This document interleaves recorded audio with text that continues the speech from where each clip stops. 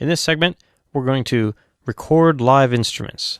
Things you'd record with a microphone or plug straight in with a guitar and playing with your fingers.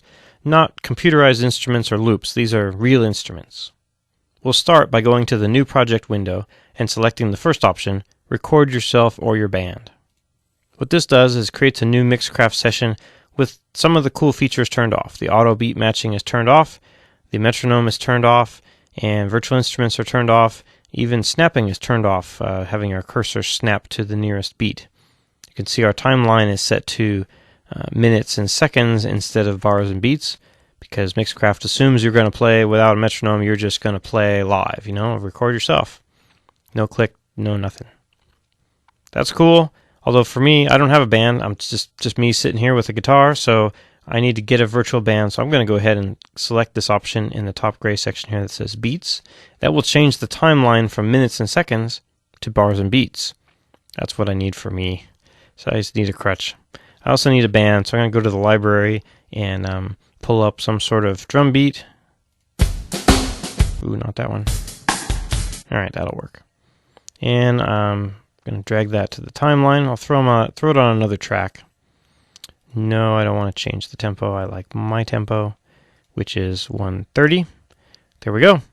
So I'm going to loop this drum beat out here to the boonies a ways. Now I'm ready to go. All I have to do is plug in an instrument and arm a track for recording. Track 1 is sitting here ready to go. I'm going to click on the arm button. Turns that track red, and then right next to the arm button there's a little down pointing arrow. We're going to click on that, and that lets you select inputs. So if you have more than one input on your sound card or audio interface, like I have the Firebox plugged in and it's got 6 inputs, I've got 3 stereo groups here. My guitar is plugged into the left input in the first group, so I'm going to go there and select left. There it is. I'll go ahead and play it and see if we've got something on the meter. We do. We have something on the meter. I can't hear it though, and the reason I can't hear it is monitoring is not turned on.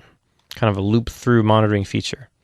If I'm just recording a band in a noisy room where I can't hear anything anyway, I can leave monitor turned off. Or if I've got some speakers, nearby or on my laptop and I don't want feedback to happen going into the mic, out of the speakers into the mic, out of the speakers into the mic, I'll get feedback. So if I'm sitting here with a mandolin or something in front of my computer, I'll leave monitoring off and just play what I'm going to play.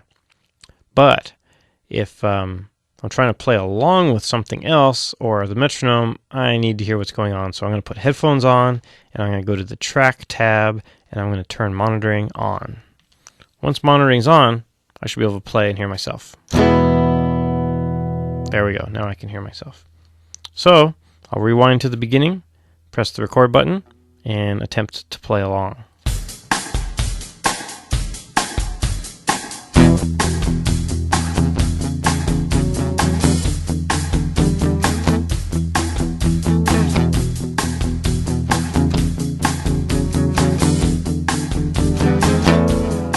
And I'm not a guitar player, but you get the idea. We recorded some guitar there. I can disarm the track, rewind to the beginning, or almost the beginning, and play.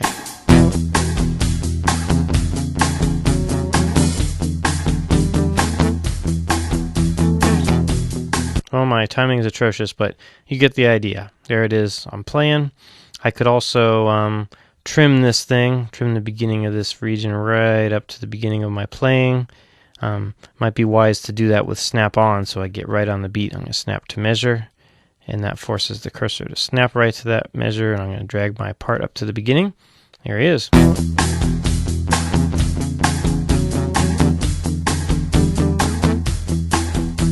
So other than, being awful, that's how you do it. If you select another input, you can arm more than one track.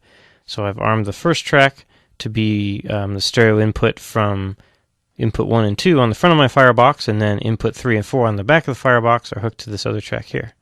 So as long as you select the input first, you can record more than one track. So you can have a kick drum mic, a vocal mic, a guitar mic, bass guitar mic, whatever you need to record your band, plugged into your Firebox, and get all those separate tracks in one pass. That's how you record audio with a mic. It's pretty easy.